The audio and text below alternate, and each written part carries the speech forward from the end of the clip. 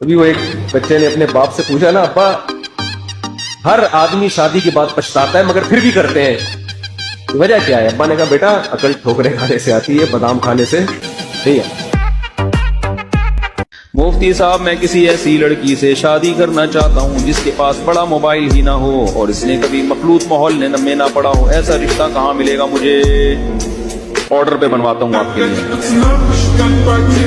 रिश्ता तय होने के बाद अगर कोई जरूरी बात करनी पड़ जाए तो क्या पर्दे में रहकर बात की जा सकती है जिसमें अपनी तरजीहात बताई जा सके? जी, की जा सकती है। जरूरी बात ही हो, ज्यादा फ्री होने की कोशिश न करें। तमाम दवाएं बच्चों की पहुंच से।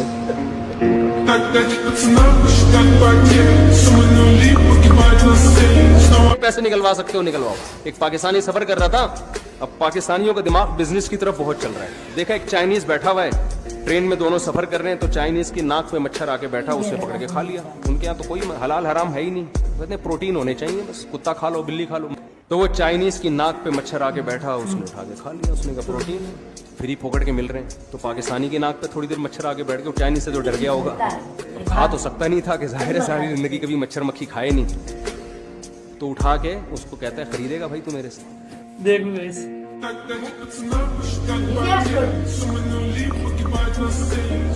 औरतें बड़ी होशियार होती है, पता है आपको? रोते हुए भी एक दूसरे के दुपट्टे चेक कर रही होती हैं वो, कपड़ों के मामले में। एक औरत की मैयत हुई ना, वो रो रही है। मैयत में जो औरतें आती हैं ना, रोते रोते साड़ियां दुपट्टे चेक कर रही होती हैं एक दूसरे की। बातें बातें रोते थे, हाय मुन्ने के अब्बा दुनिया से चले गए, हाय हाय बहुत अफसोस। बहनी दुपट्टा कहाँ से लिया तुमने? हाय हाय हाय हाय हाय बहुत अफसोस हुआ। तो वो रोते रोते बता रही होती है, हाय हाय बहुत अच्छे थे मेरे मियाँ, बोल्टन मार्केट से खरीदा था। बच्चे चाहते थे हमारे जो कारी जिनका नाम अब्दुल गफूर है ये छुट्टी करें, छुट्टी नहीं कर रहे थे वो। अब बीमार नहीं होते थे, सेहतमंद थे। तो एक बच्चे को शरारत हुई, वो कब्रिस्तान में छुप के कब्र के पीछे बैठ गया जहां से कारी साहब रोज गुजरा करते थे, और कब्रिस्तान में सलाम करते थे, अस्सलामु अलैकुम या अहलल क़ुबूर। ठीक है यार, कारी साहब को बीमार करो। तो एक दिन कारी साहब गुजरे, कब्र के पीछे बच्चा छुपा हुआ है। कारी साहब ने कहा अस्सलामु अलैकुम या अहलल क़ुबूर। कब्र के पीछे से आवाज आई वालेकुम अस्सलाम भाई अब्दुल गफूर।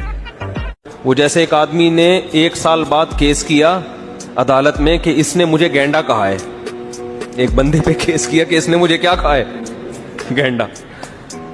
अदालत ने कहा कब कहा था? उसने कहा 1 साल पहले। उसने कहा केस आज क्यों कर रहे हो भाई? कह रहे गेंडा मैंने आज ही देखा है, मुझे क्या पता था ऐसा गेंडा होता। एक बच्चा काफी देर से ना उसका हाथ नहीं जा रहा था घंटी पे, ऐसे उछल उछल की कोशिश कर रहे। एक बड़े मियाँ गुजरे, उन्होंने बजा दी घंटी और बच्चे से पूछा बेटा हाँ बताओ क्या कह रहे हैं? भागो।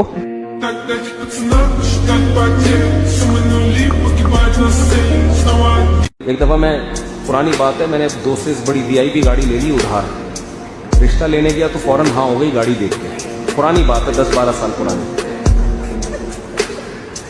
तो मुझे लगा कि यार ये समझ रहे हैं कि मेरी गाड़ी है। मैंने उनको बताया मेरी गाड़ी नहीं।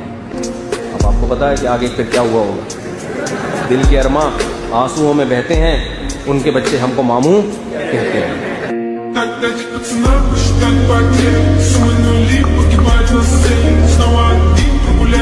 ऐसी ऐसी मेरे घर के गैस का बिल 50,000 रुपए आया है।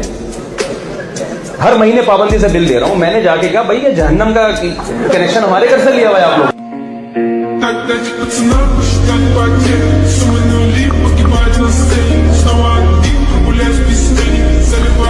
एक आदमी ने ज़ेबरा नहीं देखा था, तो एक दिन जंगल में गया। एक देहाती आदमी है, ज़ेबरे को देख के कहते हुए गधे को किसने स्वेटर पहनाया हुआ है यहाँ पे यार? गर्लफ्रेंड से एक लड़के ने कहा कि मेरे पास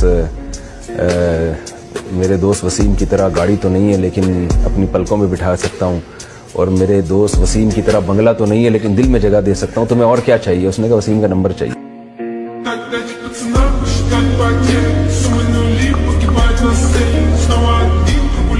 एक लखनऊ का आया, लखनऊ के लोग बड़े उर्दू खानदानी होती है ना, वो आया कराची में या कहीं पंजाब में गया, पंजाब में तो वहां केले बिक रहे थे। कहते हैं आप केले आददन देते हैं या वजनन? यानी वजन के जरिए देते हैं, तोल के, या यहाँ आदत गिन के दिए जाते हैं? तो भाईजान अब सब्जी वाले से पूछ रहा है, वो फल वाले से, रेडी वाले से, लखनऊ का, कह रहे आपके यहाँ केले अददन बिकते हैं या वजनन? उसको क्या समझ, कह रहे पता नहीं अददन वजन, दनादन बिकते हैं, दनादन। ले लो वरना निकलो यहाँ से।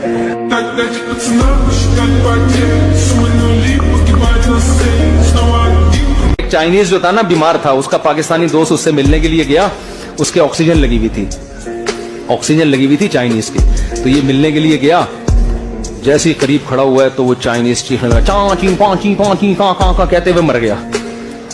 अब ये पाकिस्तानी डिफेंस का होगा कोई, इसने कहा यार ये मेरा चाइनीज दोस्त आखिरी वक्त में कुछ अल्फाज बोल के गया है, ये कुछ वसीयत की है, उस अल्फाज को उसने दिमाग में महफूज कर लिया। उसने कहा मैं इसका तर्जमा मालूम करवाऊंगा। चाइना गया, लैंग्वेज सेंटर गया, यार ये चाची पू पाची इसका मतलब बताओ क्या है। उन्होंने कहा उर्दू में तर्जमा करो। उन्होंने कहा इसका मतलब है उल्लू के पट्टे, ऑक्सीजन के पाइप से पाँव हटा।